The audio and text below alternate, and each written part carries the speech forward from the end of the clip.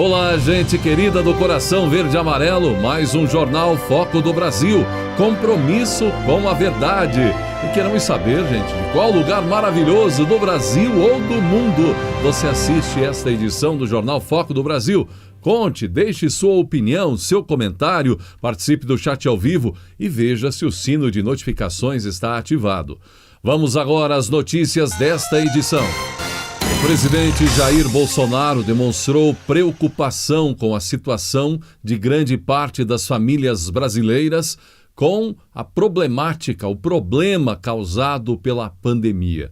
Conversando com apoiadores, o presidente reclamou também das críticas de parte da imprensa. Bolsonaro alertou que o Brasil está no limite. Presta atenção, pessoal, só curiosidade. Desde o começo a imprensa bate em mim, né? E aos poucos a verdade vem aparecendo. Olha, Correio Brasiliense agora aqui, ó. Correio Brasiliense, safa aí? O Brasil tem 125 milhões de pessoas, mais da metade, que não sabem se vão se alimentar bem. Aí embaixo vem. Famílias com renda mais baixa sofrem com a alta dos alimentos. Ok? Correio Brasiliense. O que eu falei em março do ano passado? Aquela política. Fica em casa, a economia a gente vê depois. Estão vendo? Quer saber se a imprensa agora vai culpar os verdadeiros responsáveis? Ou vai continuar apoiando a política do lockdown? Verdade. Eu dei um exemplo anteontem. Eu conversei com o coronel Melo Araújo da CEAGESP. Ele falou para mim que os produtores de tomate, né, estavam deixando de produzir e jogando fora, porque não tem mais restaurante aberto, não tem mais quitanda aberto. E, em consequência, quando voltar a abrir, vou ter que plantar de novo, demora um pouquinho. Tem gente que acha que faz assim, o tomate aparece na prateleira. Tem que plantar de novo, vai ter escassez. O que é comum quando tem escassez? O preço sobe. A inflação. Vão culpar quem? Olha, o Brasil está no limite. E o presidente também lembrou das cobranças sobre ele, que ele deveria tomar uma providência. Bolsonaro falou de uma sinalização do povo. O pessoal fala que eu devo tomar providência. Eu estou aguardando o povo dar uma sinalização. Porque a fome, a miséria, o desemprego, tá aí, pô, só não vê quem não quer. Ou quem não tá na rua, né? Eu sempre estive na rua. Sempre estive na rua. As últimas saídas minhas foi em várias comunidades aqui em Brasília, aqui, Chaparral, Itapuã, São Sebastião. Né? As pessoas que me autorizavam entravam na casa, pedi para abrir a geladeira da pessoa lá. Né? Já estive em Celândia, Taguatinga também. O presidente Bolsonaro também disse temer uma enorme crise e recomendou usar menos a caneta e mais o coração. Esse pessoal, amigos do Supremo Tribunal Federal, daqui a pouco vamos ter uma crise enorme aqui. Eu vi que o ministro baixou lá um processo para me julgar por genocídio. Olha, quem fechou tudo, quem está com a política na mão não sou eu. Agora, eu não quero aqui brigar com ninguém. Mas estamos na iminência de ter um problema sério no Brasil. O que vai nascer disso tudo? Onde vamos chegar? Parece que é um barril de pólvora que está aí. E tem gente, de paletó e gravata, que não quer enxergar isso aí. Acha que a vida é o serviço dele, né, em casa, ou home office. Tempo tinha paletózinho e gravata, com o dinheiro na conta no final do mês, sem problema nenhum. E o povo que se exploda. Eu não estou ameaçando ninguém, mas estou achando que brevemente teremos um problema sério no Brasil. Dá tempo de mudar ainda. Tá? É só parar de usar menos a caneta e um pouco mais o coração, ok? O presidente Bolsonaro ainda comentou sobre a CPI da Covid-19. Agora, CPI contra Covid, alguma notícia de desvio da minha parte? Uma que seja, desviei R$1. Nunca. Zero. 16 bilhões. O autor a proposta da CPI, Randolfo Rodrigues. Esse motivo é o que incomoda, senhor presidente. Tá? Apurar as omissões do presidente, fazer palanque. Tá? Eu não vou interferir, nem posso, né? Nem iria no Senado Federal. Mas o tal do Cajuru aí, vocês entendem a história, né? Vocês entendem a história. Já teve mais Ele e mais um deputado, senador do seu partido, peticionou o Supremo Tribunal Federal para que o Supremo então determinasse que o Senado abrisse, instaurasse CPI. E o Barroso fez isso. Quando eu vi, eu fiquei chateado. Por que eu fiquei chateado? Por que investigar omissões minhas, não quem pegou o dinheiro na ponta da linha? É muito simples. Afinal de contas, para deixar bem claro, a história lembra do achatar a curva? Era o quê? Era política de isolamento, né? Até que os hospitais se preparassem para receber os pacientes, que segundo o Mandetta seriam aos milhares, para que não ficassem na porta dos hospitais e deixassem ser atendidos, né? Sem um leito de UTI, sem um respirador. Estamos um ano achatando a curva, hein? Mas quanto tempo vão achatar essa curva? Bem, mandamos recursos, foram aproximadamente 700 bilhões de reais, aí contado o auxílio emergencial. Em torno de 300 bilhões de reais, porque quem tem salário todo mês, né? Leva a vida. Agora, nós tínhamos naquele momento, levantamos 38 milhões de pessoas que vendiam churrasquinho de gato, vendiam biscoito na praia, vendiam picolé na arquibancada do futebol, uma água no sinal de trânsito.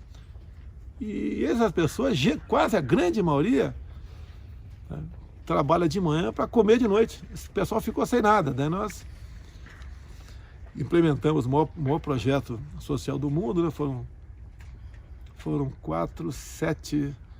6 ou 7 de R$600 e mais 4 ou 3 de 300. Deu 10 prestações. Deu.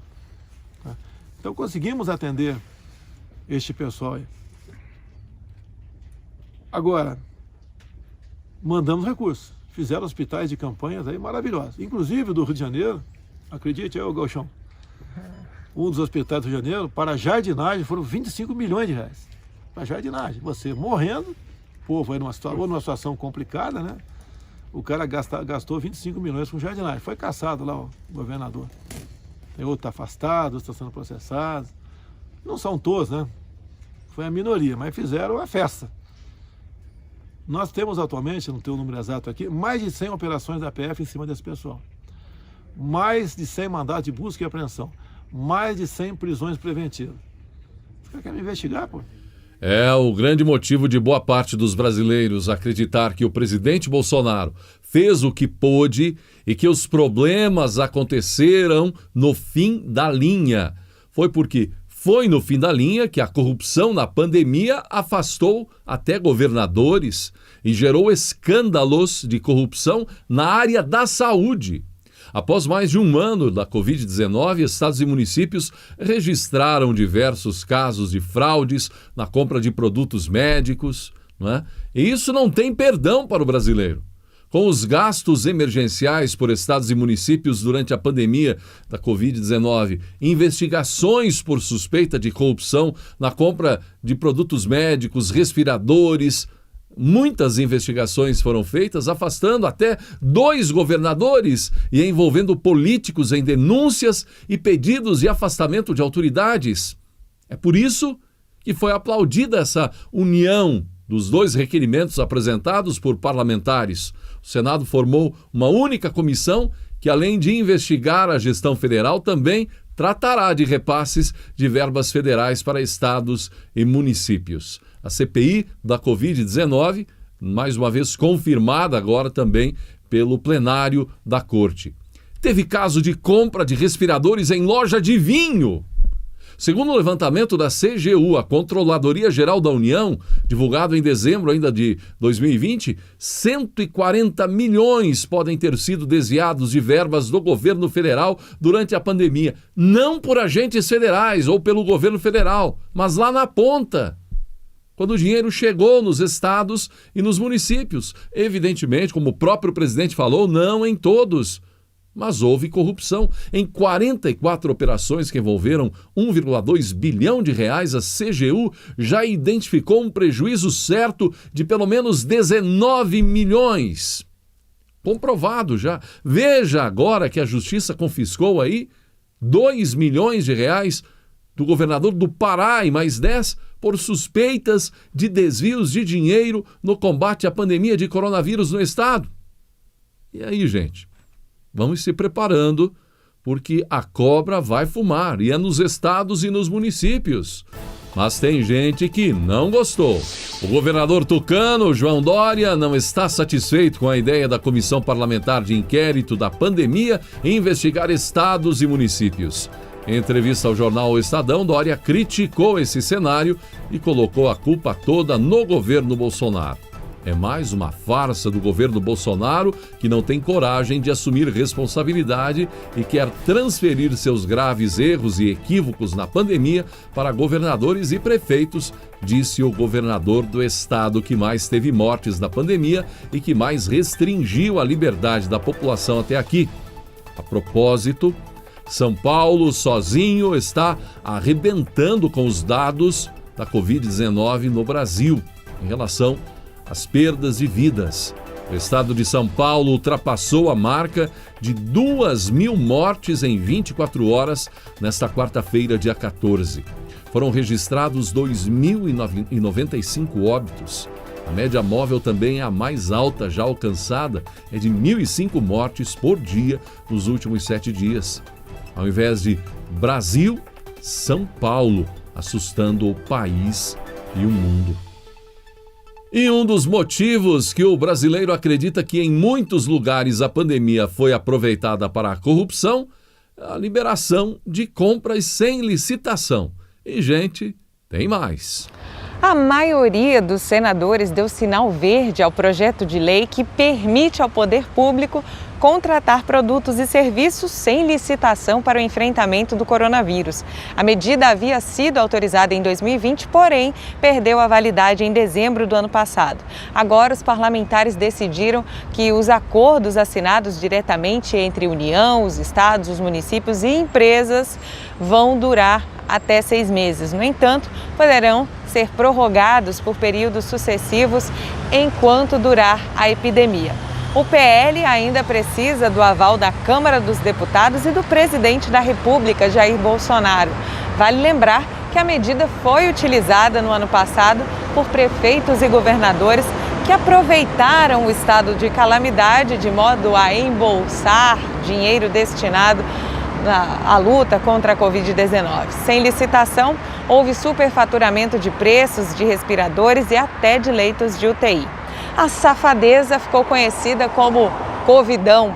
Supostamente envolvido nos esquemas, o governador do Rio de Janeiro, Wilson Witzel, do PSC, foi afastado do cargo em 2020. Ele teria recebido valores indevidos de contratos firmados com companhias responsáveis pela instalação de hospitais de campanha no estado. Bem, se o Covidão permanecer, se o Covidão se estender, deve levar mais gente aí para ver o sol nascer quadrado. É o desejo dos brasileiros, que aqueles que passaram a mão no dinheiro público que sejam punidos devidamente. De Brasília, André Luiza Matias. O presidente Jair Bolsonaro almoçou com o embaixador do Reino Unido, Peter Wilson. O almoço também contou com presença de ministros. Da equipe ministerial estavam presentes no encontro os ministros Carlos França, das Relações Exteriores, Ricardo Salles, do Meio Ambiente e Marcelo Queiroga, da Saúde.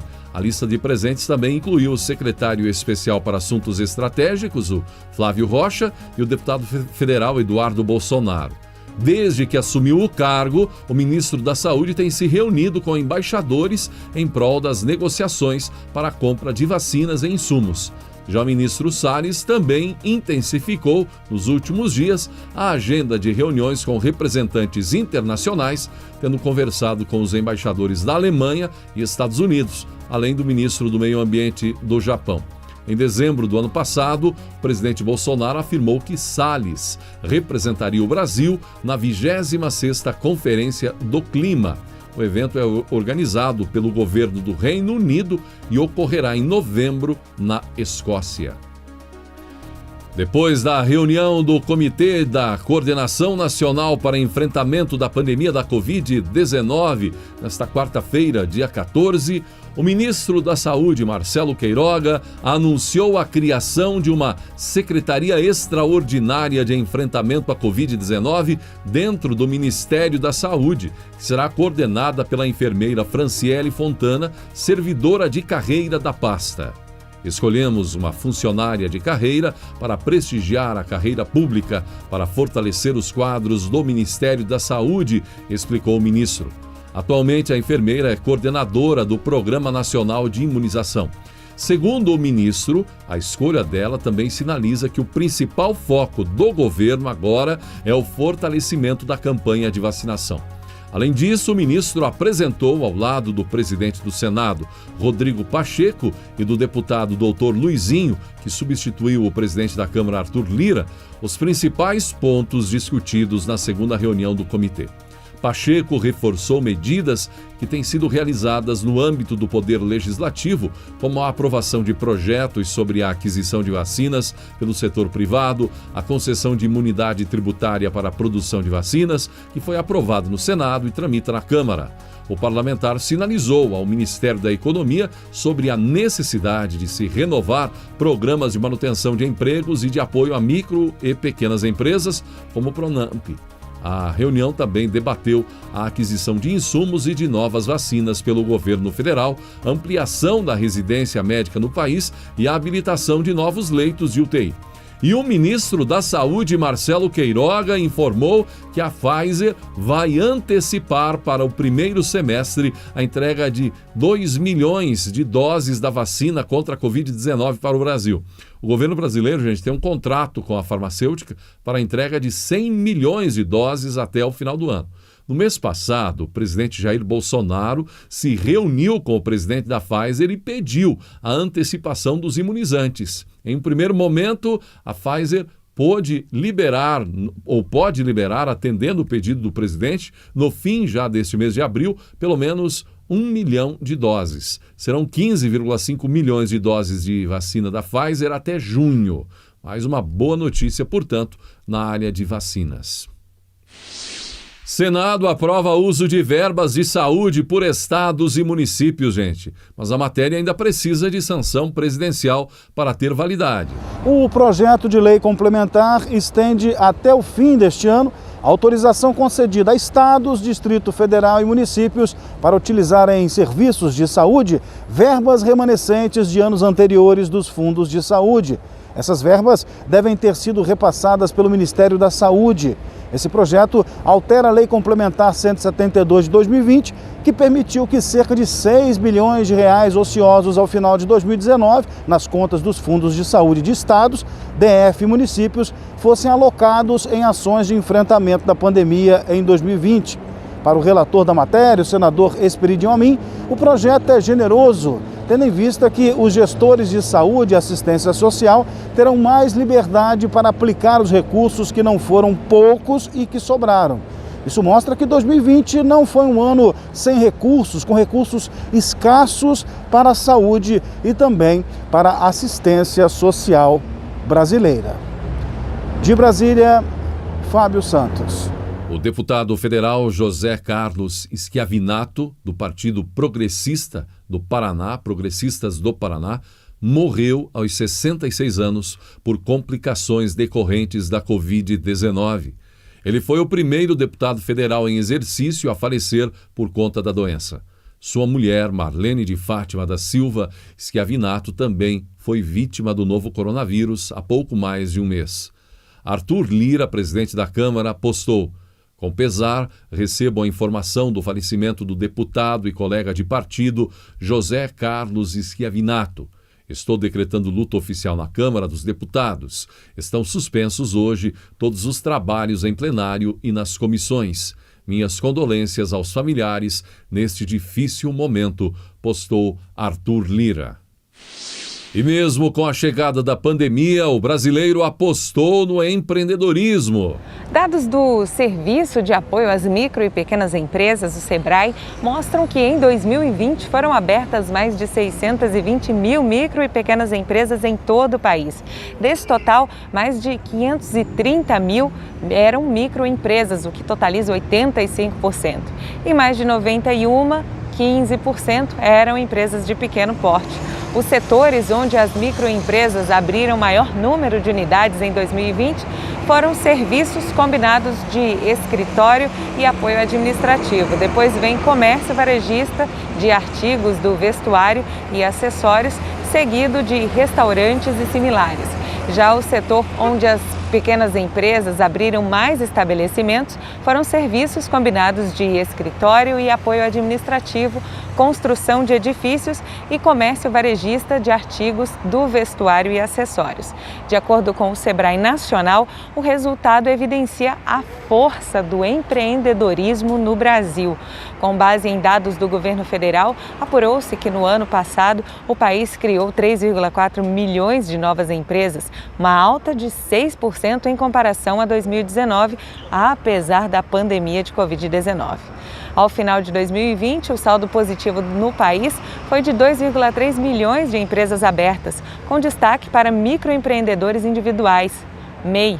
De acordo com o Ministério da Economia, o registro de 2,6 milhões de MEI em 2020 representou expansão de 8,4% em relação ao ano anterior, elevando a categoria de empreendedores ao total de 11,2 milhões de negócios ativos no país.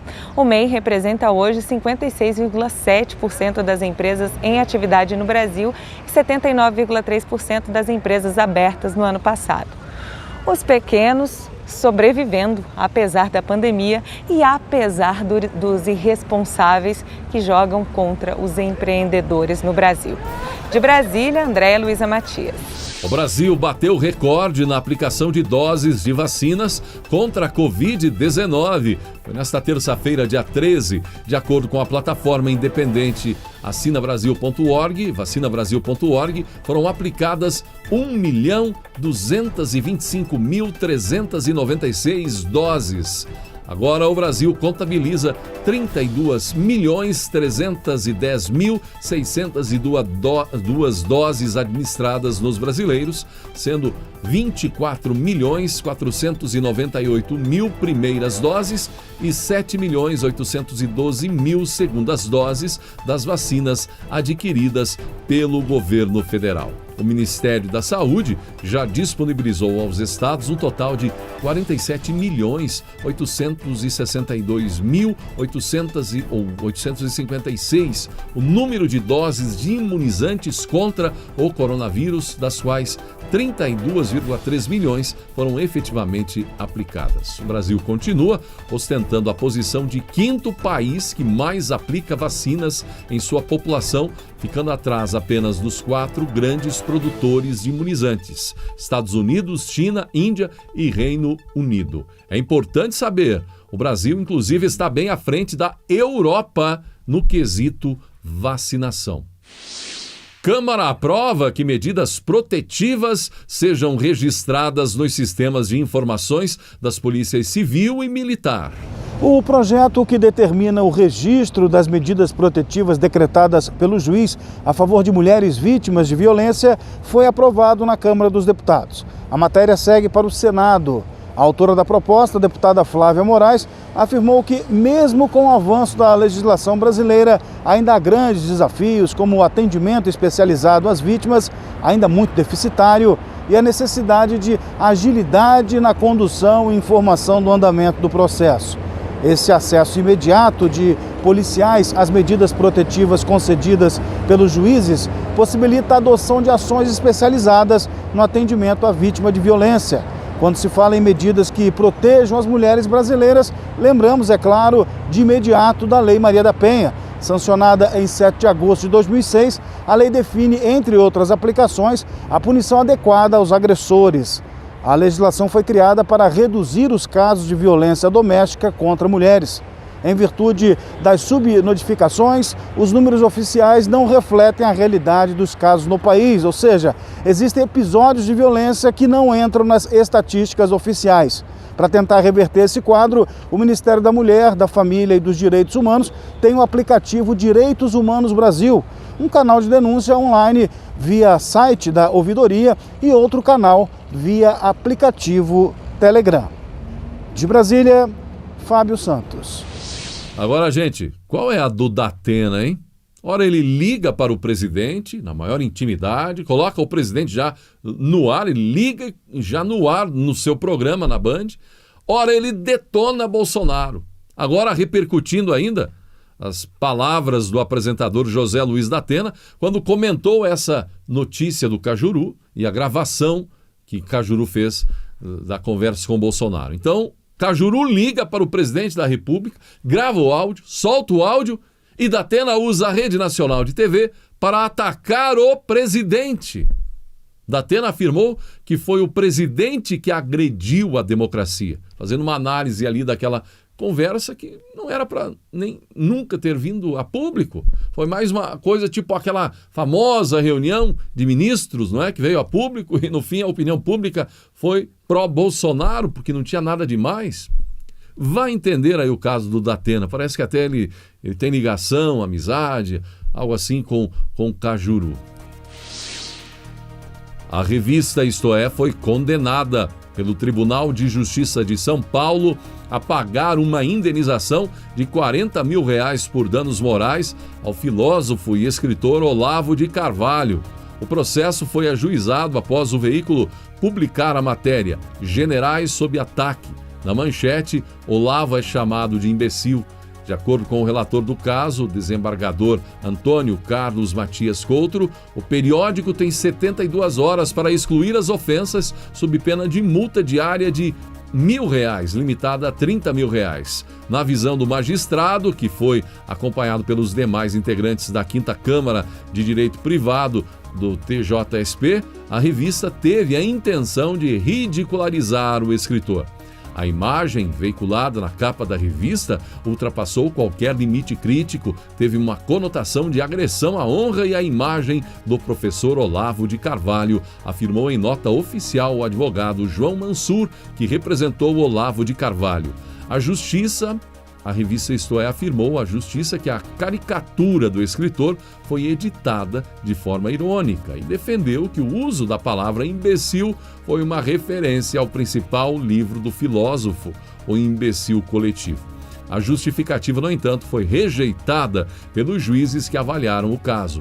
Antes de o caso ir ao tribunal, ainda na primeira instância, a editora já havia sido condenada a pagar R$25 mil em indenização por danos morais.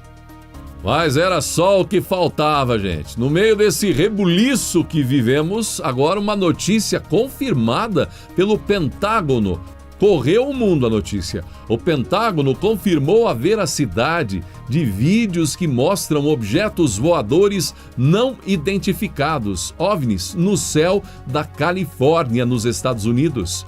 As imagens foram gravadas a partir do litoral dentro de um navio da Marinha Norte-Americana e exibem objetos triangulares se movendo rapidamente pelo céu noturno.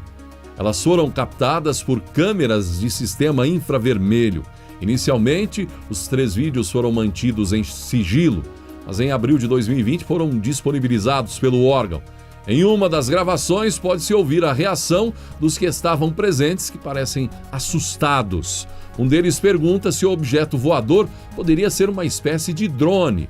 De acordo com o Departamento de Defesa dos Estados Unidos, as imagens são autênticas, mas ainda não se sabe se os objetos são reais. Um estudo está sendo conduzido para analisar as imagens e os objetos. Só mesmo isso que estava faltando, hein? Uns ETs por aí no pedaço. Quem sabe não sejam eles até os culpados pelo vírus da Covid-19. Agora é coisa de outro mundo mesmo, o pedido de CPI protocolado pelo deputado federal Alexandre Frota contra o presidente Jair Bolsonaro. O deputado federal Alexandre Frota, tucano de São Paulo, protocolou seu 5º pedido de impeachment contra o presidente Bolsonaro. Nação ele cita possíveis interferências do presidente da República em outros poderes. O parlamentar menciona, inclusive, essa gravação da conversa entre Bolsonaro e Jorge Cajuru sobre a CPI da Covid. Não ouvem o povo brasileiro, gente. Definitivamente esses políticos não ouvem o povo brasileiro.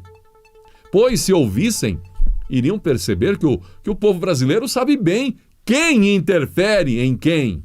Que poder interfere em outro poder. Vox populi políticos, vox populi, vox dei políticos. Chegamos ao final desta edição do Jornal Foco do Brasil. Gratidão pela sua atenção e que Deus abençoe a você e a sua família.